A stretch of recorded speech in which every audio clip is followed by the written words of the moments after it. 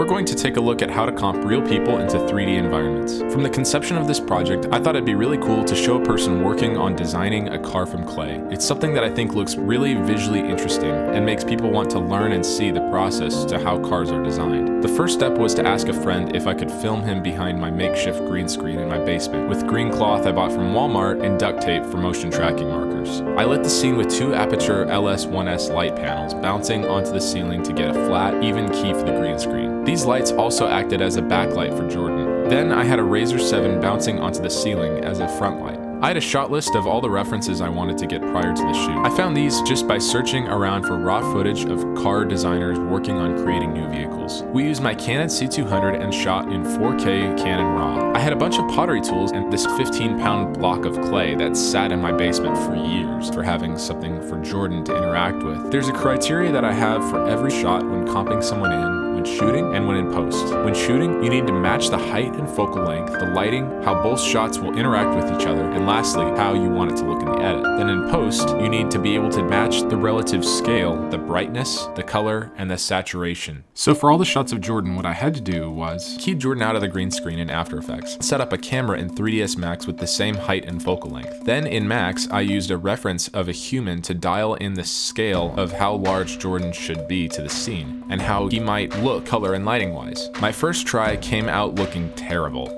And I noticed it was because there's a backlight on Jordan in real life coming from the spill of the light bouncing onto the wall from my Aputure LS 1S. And then there's no backlight on Jordan in the scene. One of the best and easiest ways to make something fit into a 3D scene is to have directional lighting. This makes it easier for you to hide your mistakes in shadow and also keeps your background from being muddied out. So I added in some CG lights to act as motivation for Jordan's backlight, and it looked a lot better. Still, it just wasn't enough. But why? If you look at it in motion, it almost works, but there's still something about it that makes it feel like Jordan is a green screen cutout. Well, we have our directional lighting now, but the shot is still really flat, and that's because there's an overhead light lighting everything. Also, while the color of Jordan looks alright matching with the scene, you can still tell that his shadow is darker than the shadow being cast on the car. Remember, we want the levels of these two to match. Also, another problem with the flat lighting, if you take a look at the tires, they look totally fake. How could we solve this? Well, the answer again is to take away lighting by moving that overhead light over and make it more edge-lit. And those tires that once looked fake are now hidden in shadow. I also duplicated the sketchboard and put it behind the lights so the background didn't just fall into shadow. But I also had a new problem. When I moved that overhead light over, the shot of Jordan looked too lit. The reason for that is because I was using my Rayzr as a front light. But luckily, when we were shooting, I got 2 takes of Jordan, one with a front light and one with the front light turned off. This is why it's really good to have different passes of lighting when you go about shooting someone on a green screen, because you never know what you might need to change later.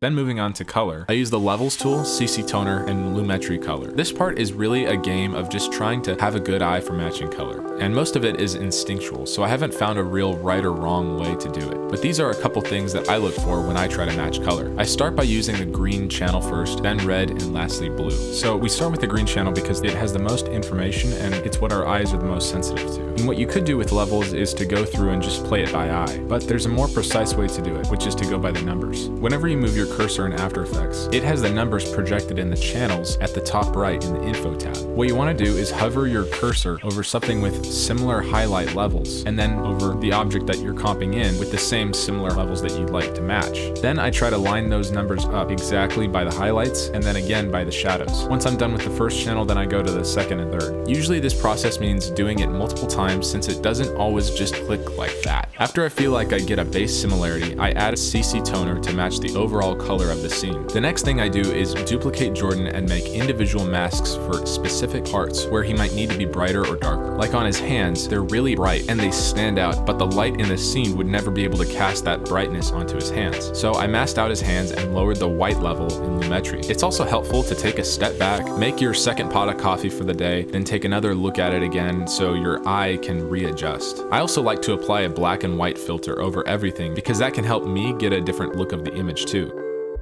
I hope you found it useful. Subscribe if you want more, and thanks for watching.